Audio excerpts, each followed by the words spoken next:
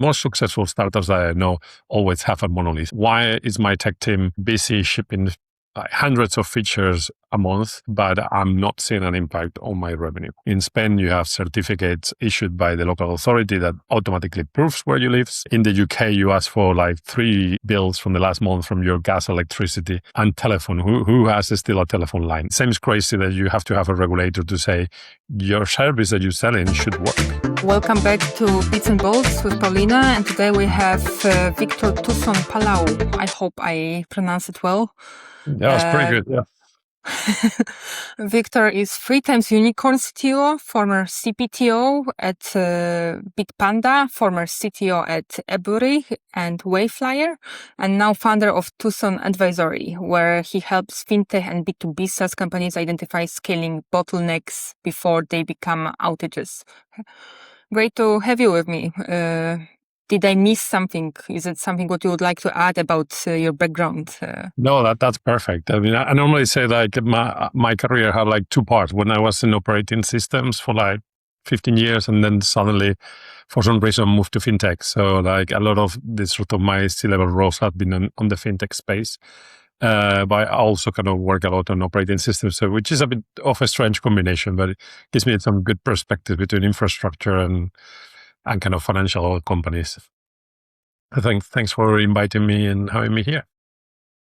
What made you move to FinTech? Because you said you kind of made a switch at some point in your career. Yeah, I was looking to change locations, really physical locations. So at the time I was based in I spent a very long time living in the UK.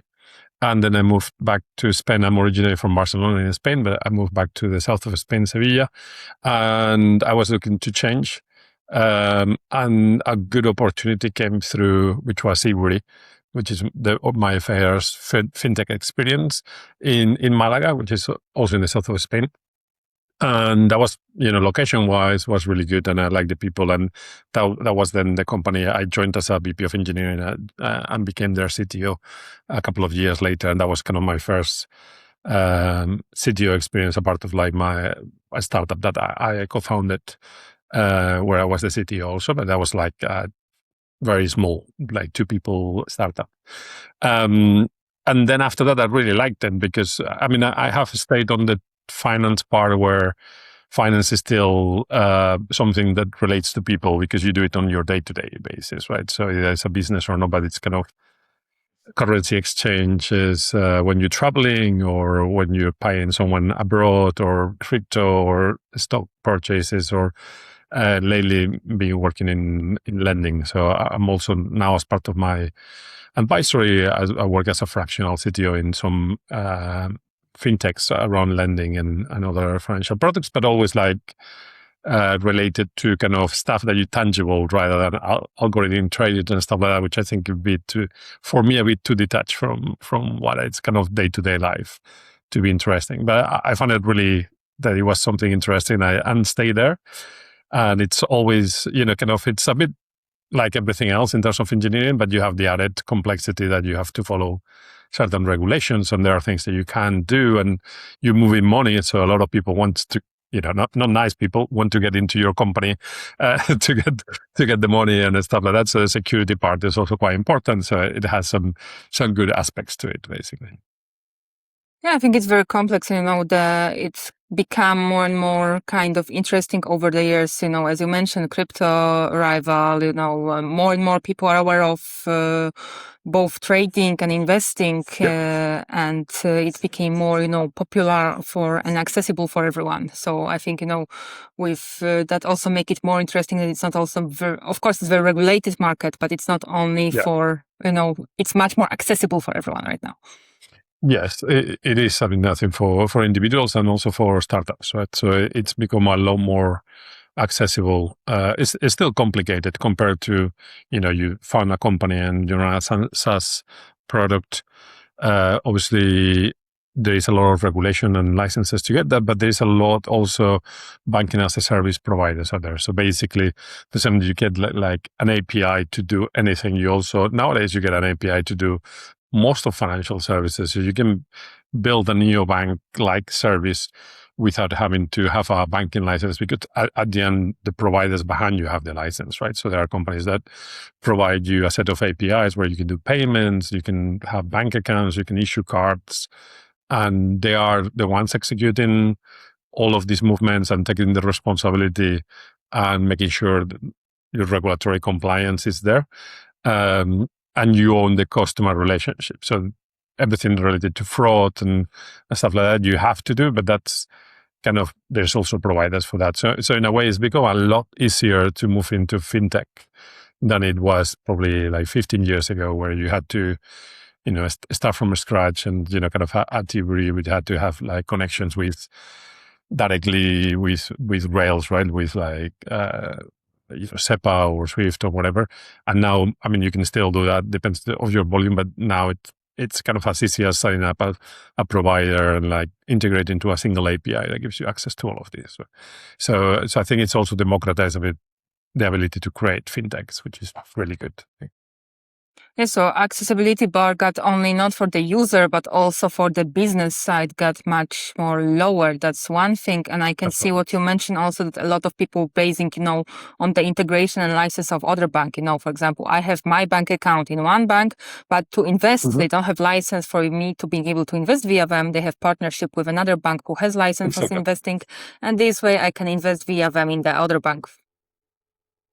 Yeah, exactly. And there's a lot more of partnerships like that, right? So I think, kind of when I was working at Bitpanda, then, and it's still the case, right? And 26 partnership with Bitpanda in different countries, including here in Spain, to offer crypto investment, because many reasons, but it's sometimes, like you can do it yourself and get all of these licenses, but also might be the partner is a quicker route to market and maybe even more cost effective to offer this to your customers, right? If it's not like a 100% core to you.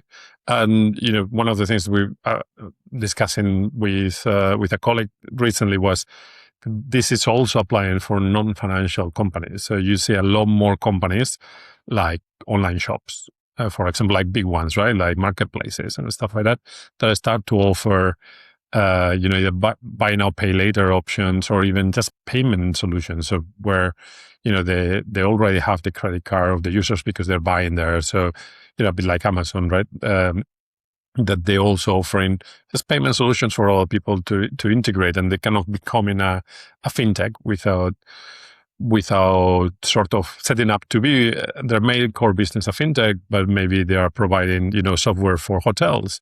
So if you're doing that, maybe you offer also a payment solution for hotels where they can take the payments and pay people, and pay their suppliers. So before you were just handling the booking of rooms, and now you are also managing payments. So you become a fintech, right? Really, without kind of thinking too much about it, or do you think too much about it, but like it can become a really good source of revenue for these companies to expand into that before it would have been too complicated in terms of licenses and, working with third parties to achieve this, right? Yeah, another theory which I recently heard of, that, for example, that Starbucks becoming the fintech in some way as well. For example, with the example that, you can prepay for a certain amount of stuff. Yes. And because you do it and you don't use the credits, they keep your money, but they need to do something with it. So they are able to, invest or whatever, before you spend it on their coffee or on something. And this way they kind of becoming, fintech as well, even if that's not what they are known for. It's more like hidden fintech. Exactly. It's becoming a good additional source of revenue for these companies, right? Because at the end of the day, there is a lot of money on that, right? So if everybody that buys a Starbucks leaves $10 or €10 with them, that's a lot of money to kind of invest and get a good overnight rate in financial markets and do investment with that. That can be a substantial revenue stream, and often it doesn't have a servicing cost equivalent to the main business, meaning that you don't have to. It's not directly to how many shops you have or how many people you have at the shop and at what time you're open, right? So it's kind of it works quite well as a diversification because it's something very different that it's more based on that. And you can find, companies doing that also where they have a lot of suppliers that they provide credit lines to their suppliers to kind of be able to operate, or, Shopify is a good example, right? So Shopify, it's very well known, I suppose, for if you want to set up an online e-commerce store, they give you the bits and bobs to do it, right? And obviously, the main thing is that you can build an online store. But one of their side businesses or side offerings that I think is really useful is that most of these online shops have a problem, which is they need to have stock to sell quickly, because we all now want things by tomorrow deliver home, right? Which means that they need to have the money in advance. So you can get a loan from them to be able to manage your stock, right? It's called a merchant cash advance, but basically it's the ability to say, I'm going to sell so much. Can I have some money so I can keep selling and investing in marketing? And then when I sell them, I pay you back, right? And before, you would go to a traditional lender to do that, like Wayflyer or sort of a bank, right? But Shopify offers this out of the box, right? Because what's the good thing? They know exactly how much you're selling because you're selling it through their store. So when you're buying it, they are in a unique position to know, well, you're a good shop, you're selling stuff, and you're not getting that many returns, right? If they also integrate it to like their management of shipment and stuff like that. So they have a lot of information. They can decide you're a good operator, you have a good company, you're worth lending money to at a good rate where we can get, some safety that we're going to see this money back, right? So this is like a very good opportunity for them to kind of move into that. And that's what they've done now for a couple of years. So it's just becoming more and more as more companies are becoming fintechs that are not like their main business to be a fintech. Right? Yeah, so it's not their main business, or at least not one they're known for, but it might be even more profitable very often when, as you mentioned, Starbucks shops, when you have a lot of cost because you have to pay for employees, you have to pay for furniture, anything inside, rent and so on, or maybe you own the, how do you call it? Where your store is, but here you have side business which are much more profitable if you look into it, and you may be not very known for it, but sometimes you can, as Shopify you mentioned, on top of it, they earn from every sell you do. They I don't remember what margin they have. I think it was 20% or something, but so they know who to give more to being able to earn on it themselves much more. Yeah, so it sort of reinforces itself, right? Because they're making successful companies that are growing with them, which at the end they get as you say, a cut from. So it's all good in terms of that, and also it supports the company, right? Because most of these companies will not be able to survive to do that. So there is I know it's like a technical podcast, but there's an amazing book if you want to read it around the story of Nike. Or Nike, I guess, because you pronounce American. And it's all about that, right? That they would have not been able to make it if they didn't have the loan and the money to do it. It's like, the book is called Shoe Dog, and it's really interesting that these companies, in order to grow like traditional banks, don't have the appetite to support them to grow with the lines of money. So they actually tell you to grow slowly, right? Because that's safer for them. Whether these companies need to grow a lot faster and they need to access this financial cash. And then in traditionally it has been a big risk, but then we are seeing like other tech companies emerging that have the data to not make it a big risk because they can pick the winners, right? From the beginning in terms of that data. So anyway, this is why I also like working in fintech, because it mixes a bit of these two things. Yeah, and I think they also have a lot of data. Data right now in the AI phase, it's much more important. But you work with, founders, CEOs, investors to assess engineering organizations before problem really become a business risk. Yeah. What are some examples of the bottlenecks you see for companies become serious growth constraints much later, if you can notice them much earlier? So it tends to be into two buckets, right? I will say. One, it's sort of a company that it's growing. So I normally work with companies that started as startups, succeeded with a product, right, and got to a certain level, and then they're going to the next phase, right? So we like the rocket, the second fuel stage, right? And there are two areas. It's one is that the product that they define and they find like a good product market fit took them to this stage, but how to continue to grow, like this stuff that we were discussing, that is a bit less obvious. And often the first time it was more of a gut feeling, being in the right place, right time, having a big of an insight because you work in that industry. But professionalizing that at the level of a larger company becomes a bit harder, right? And you need to do a lot of user research. You need to really understand the data and validate the product features. So you see a lot of companies that are building stuff, and especially now with AI, even more. And the rate of features that they're shipping is growing, but their revenue is not matching that, right? So that's one side. Like, why is my tech team busy shipping hundreds of features a month, but I'm not seeing an impact on my revenue? Right, so that's one question.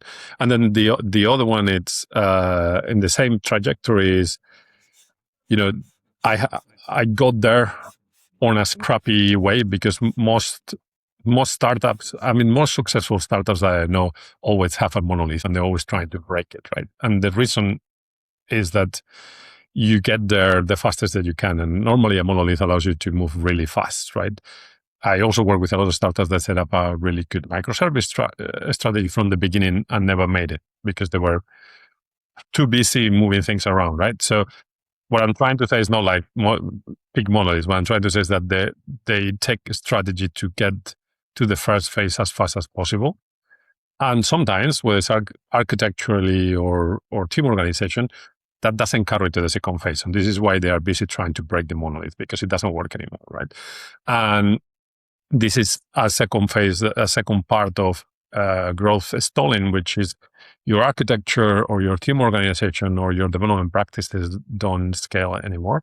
And one of them is sort of, where your customers were happy to adopt you because they were early adopters and they really liked the disruption you were bringing. Now they are becoming, they may still be there, but the growth of your company is more in people that are there for the benefits, that don't want the junky bits, like, the paper cuts that you get when you do it.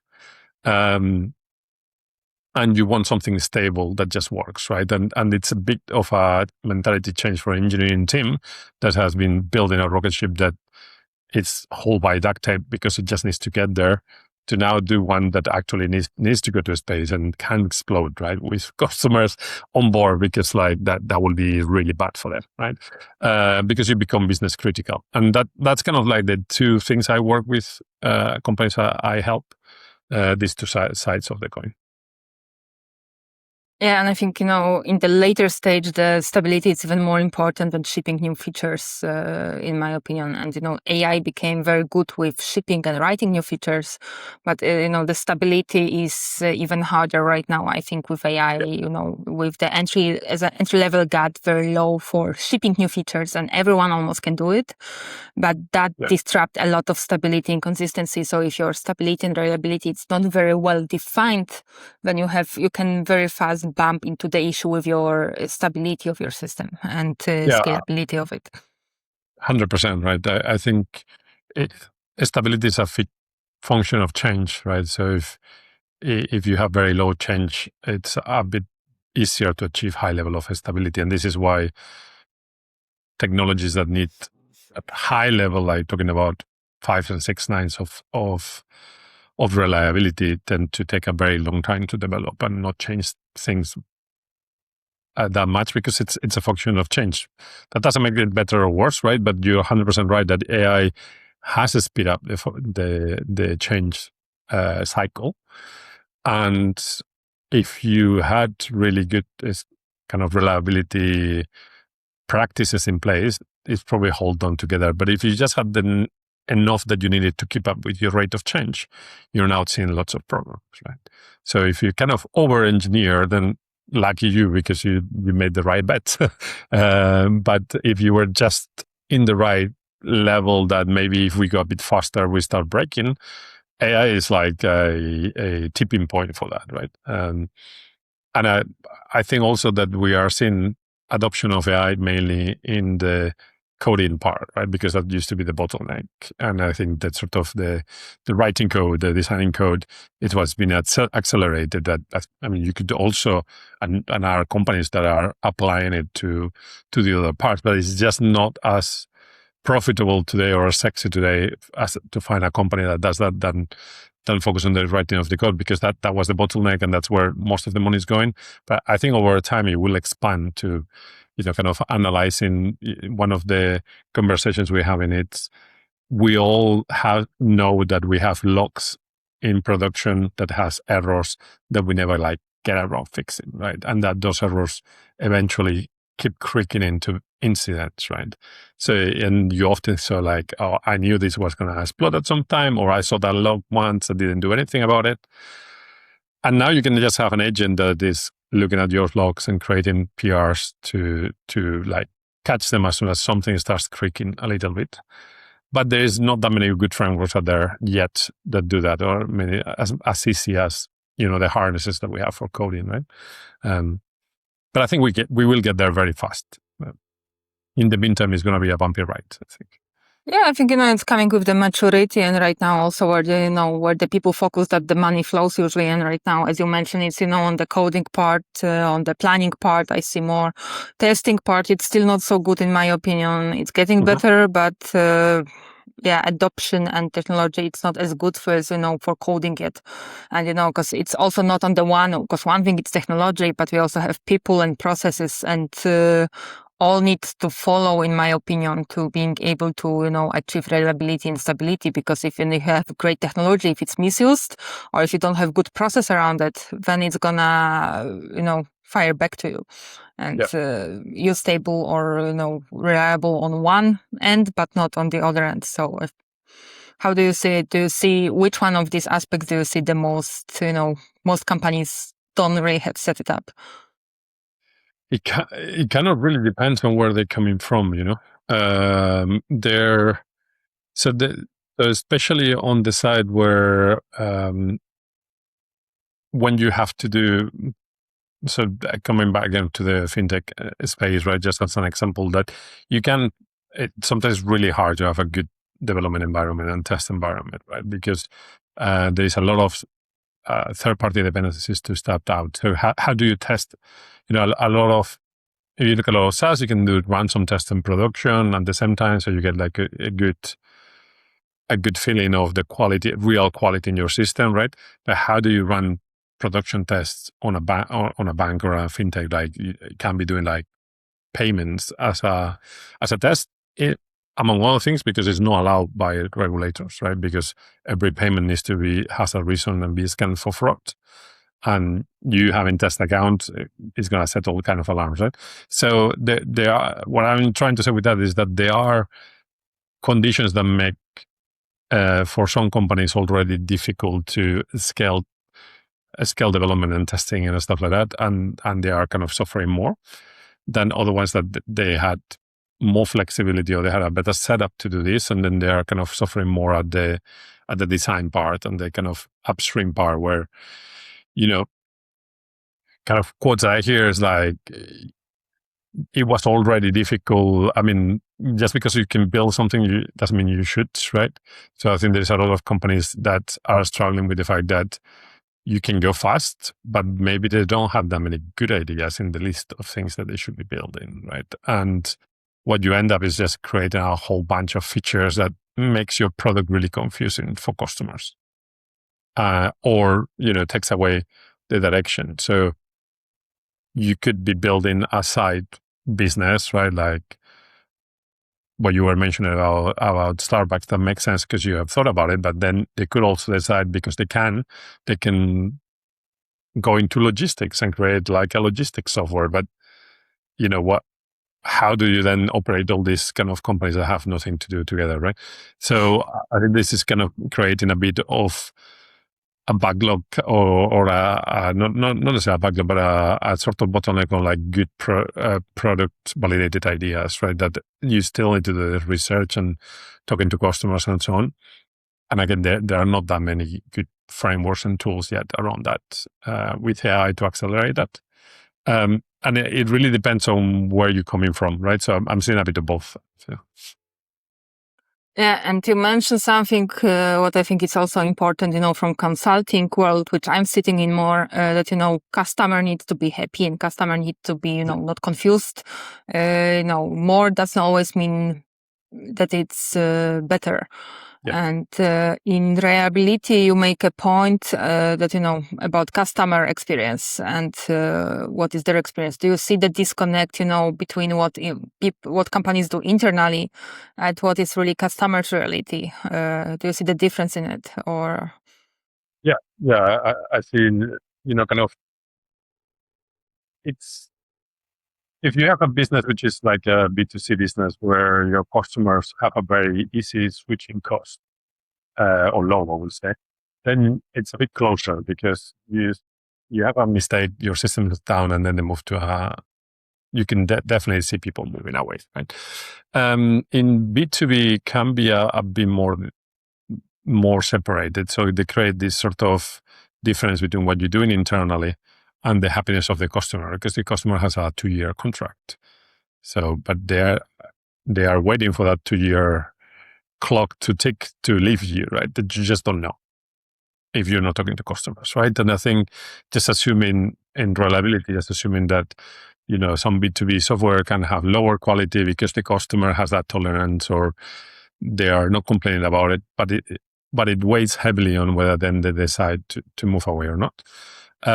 Especially, I think, in the financial space, where recently there have been new regulation introduced. It's called DORA, which makes it very confusing for technologies because it's not the DORA of DORA metrics, and it's not either the cartoon character. It's a third one, which is around the Operability and Reliance Act for this for Europe, which means like you have a duty to make sure your systems are working and functional, and people are trying to access it, right? Because if you have a bank and you have a bank account and you have a mortgage with the bank, and you go tomorrow to your bank and it doesn't work, it doesn't matter because you can't really leave the bank because you have a mortgage for the next 20 years associated to your house, and you can't close that account because you need to pay for the mortgage. So what is the incentive for that bank to provide a good service? So regulators that not always just looking to create more bureaucracy, right? But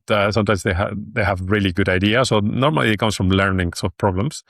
Introduce this DORA Act in Europe, but it also kind of means that if I'm a fintech that I'm regulated and you are a third party, whether it's a financial one or not, but if it stops me from providing the service to my customer, like a CDN or something like that, right? It's not a financial regulated system, but if it's stopping me to provide my service to my customer, it's a problem because then I have a regulatory problem, right?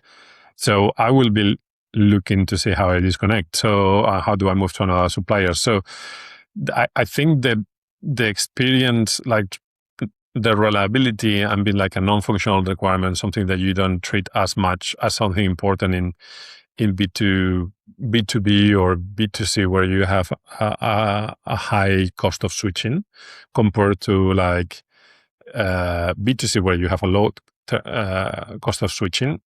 It's just a sticking bomb, but it's going to happen, right? Like, for example, at Bitpanda or any other crypto exchange, this is a good example where this low cost of switching, right? If there's a rally, Bitcoin is, whatever meme coin is going up, investors want to invest. And if your system works, that's great, but they will also have other ones ready to go if that's not the case, and they will switch to the other one, right? So you lose that trade, and then you care about it because it's directly related to your financial gains. In other ones, like I mentioned before, it's not so obvious. So internal people can go like, "Oh, this is not so important," or "What do we care?" They can just send an email and we'll sort the next day. But it's eroding the confidence to the point that either will switch, or in this case, regulators step in and create this regulation that companies didn't do out of their own accord, right? So it seems crazy that you have to have a regulator to say your service that you're selling should work. I mean, that's seems like obvious, right? Like if I'm giving you money to keep safe, I would like to be able to access it, right? So the fact that this needs to be regulated, that kind of shows you that it got to a point that regulators had to step up their game and come in and introduce this sort of regulation, right?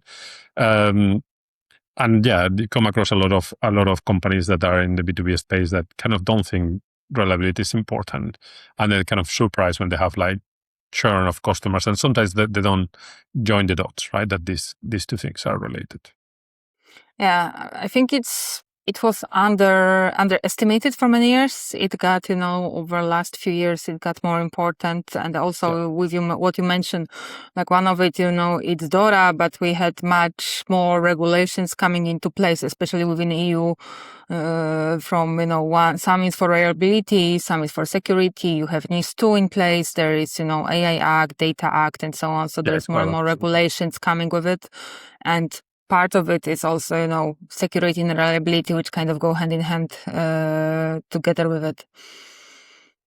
Do you have a bit too much regulation? I think it just makes it a bit harder for smaller companies to get started, and definitely compliance teams are getting bigger.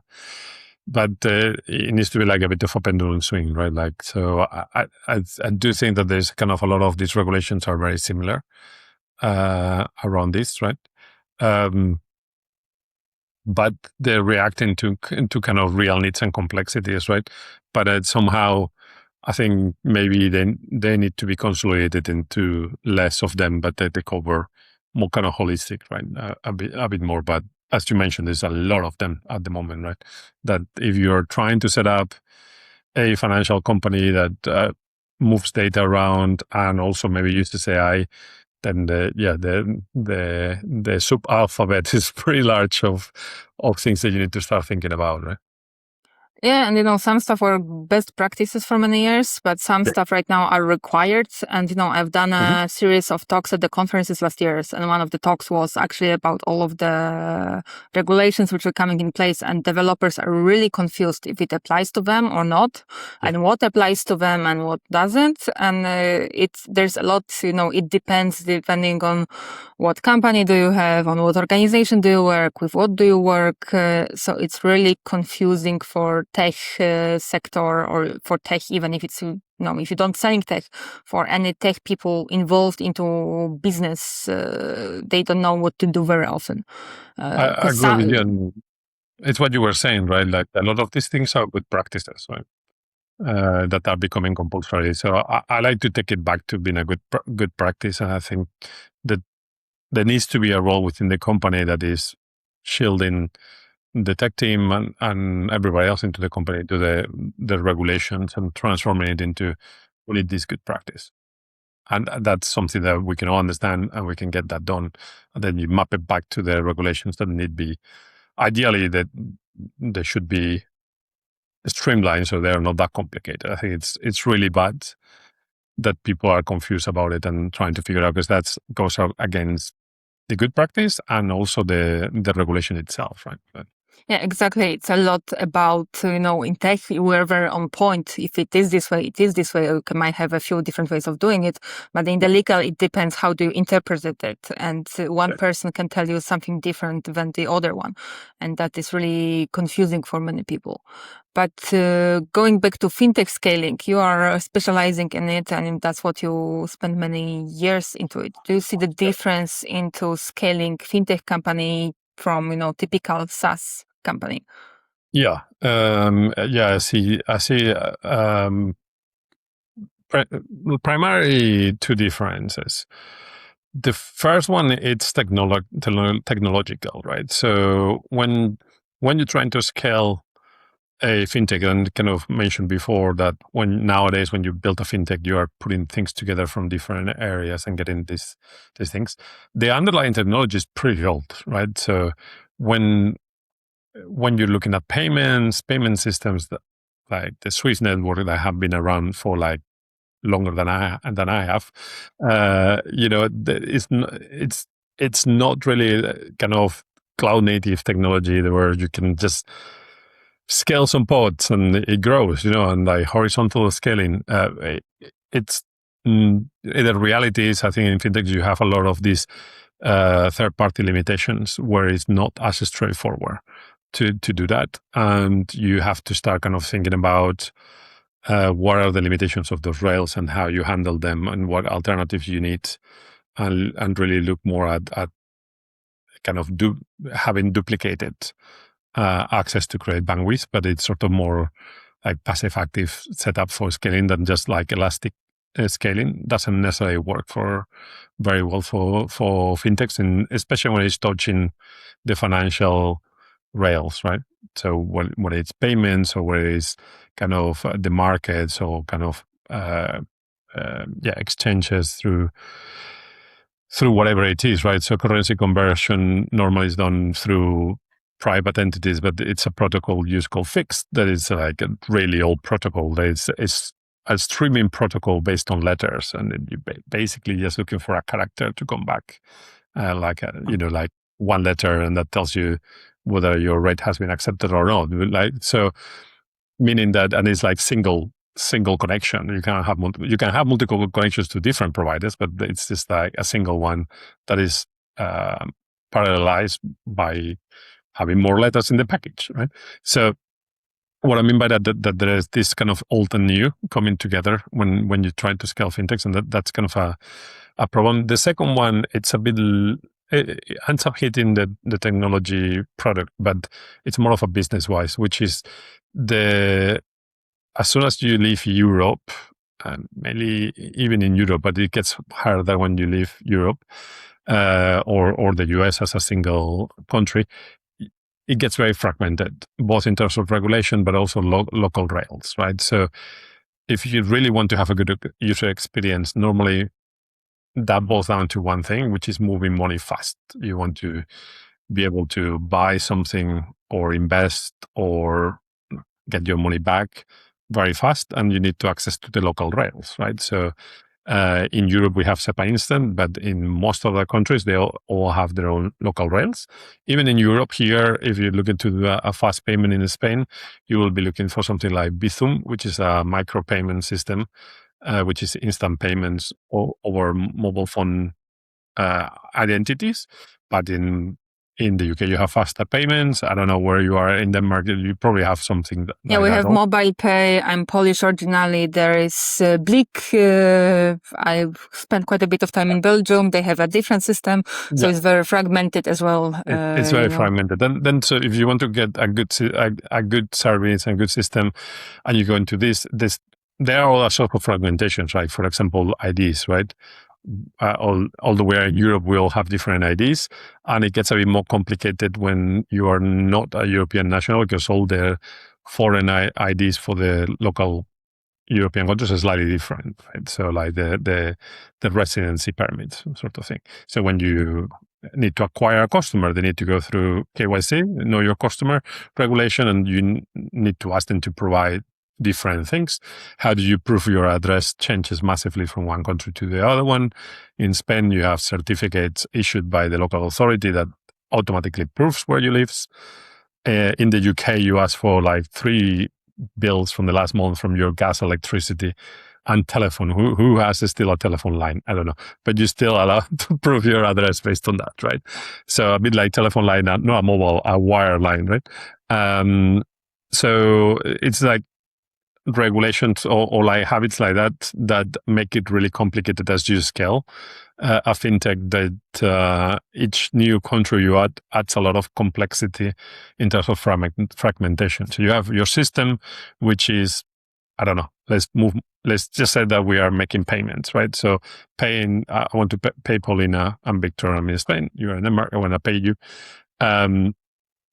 So that's it, right? But then tomorrow I want to pay someone that's in the UK. It's the same use case, but the receiving end, which is kind of how do I disperse the money, adds another layer of complexity. The onboarding adds another, but needs to be encapsulated for the system because the use case is the same one, right? So you cannot just if this then do that and like have like a whole bunch of trees on that. So then the architecture needs to start adapting for that and kind of supporting the fact that you need to support many local rails and many ways of onboarding users. It's the same thing like if you're looking at buying assets, right? Like many different providers of those assets that provide you better money or better terms, right? So there can be a big difference between one provider and another one, whether if you want to change euros into pounds or into zloty or whatever currency, whether you have that immediately or you have it in 2 days, right? And that again affects your service. But maybe the one in 2 days is cheaper commission. So which one do you choose? So this kind of complexity needs to be abstracted from the overall use case. And it makes scaling it a bit harder because it does not only increases the volume, but it also increases the complexity of your system, right? So as it goes up, it's not just the same use case across all the countries. It's, like it could be, I don't know, Netflix, right? Is delivering video from one server to one TV. It's the same, I think, across countries more or less. Maybe I'm simplifying. I'm pretty sure it's a very hard problem to fix. But once you have figured it out, that way you add another country or whatever, then beyond the licenses and whatever, from a technology point of view, it's probably the same approach, right? It's just how do you support more and more customers and more content.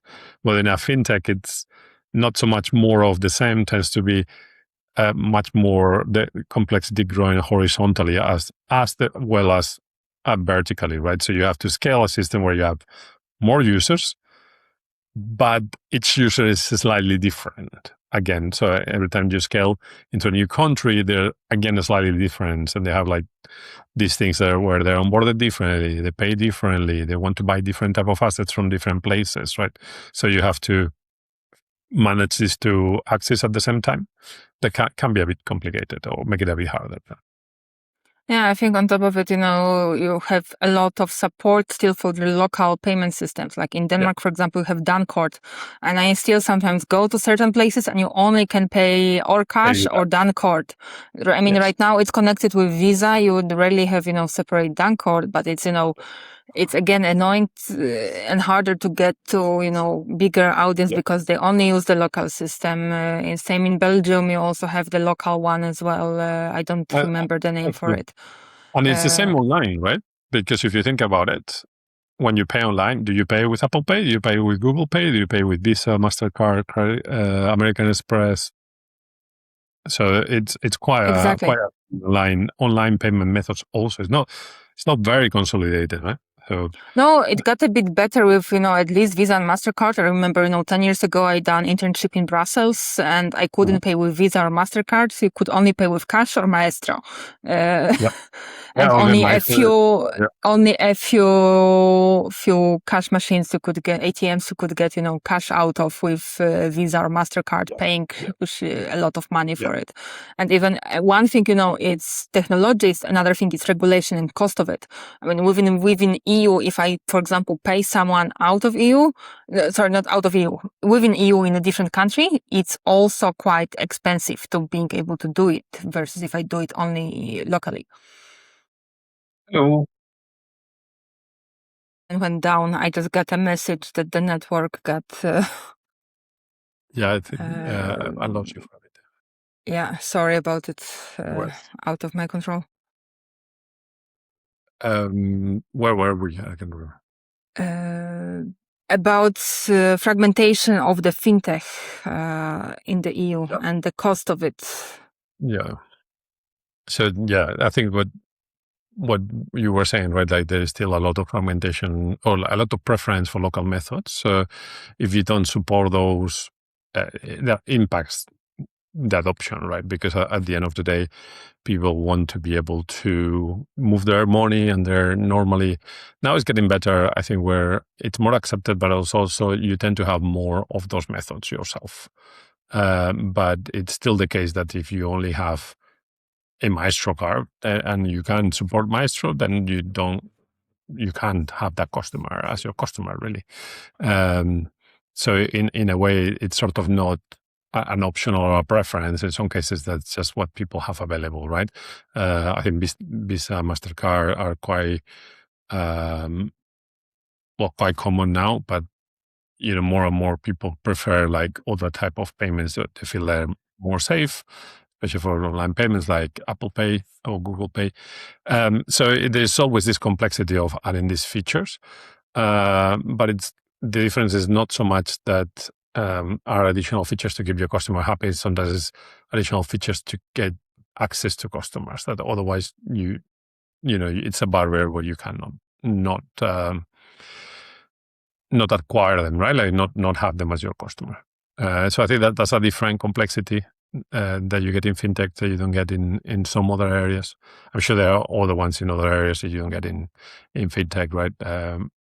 It can be fully online, which is always nice. It doesn't need to have brick and mortar around anymore. So that's a good thing. I think there's still some markets like Germany when it's much more, on paper. I know some people who work there and they saying it's much harder. It's not so digitalized like Scandinavia, for example. So I think it's getting less and less as an obstacle, but there are still some markets which are a bit behind with it. Yeah, it's just different. I think it's different customs, right? Like nowadays, it's probably not technological limitations, just what people are used to, right? So I think in some markets is much more prevalent the use of credit cards over debit cards. The ones, it's quite rare to have a credit card. So it's just kind of so like buy now, pay later approaches work better. So you kind of need to know a bit more your market on that. So it can be a lot more market specific than other areas where you just sort of, it's the service and scaling the service what you're worried about, right?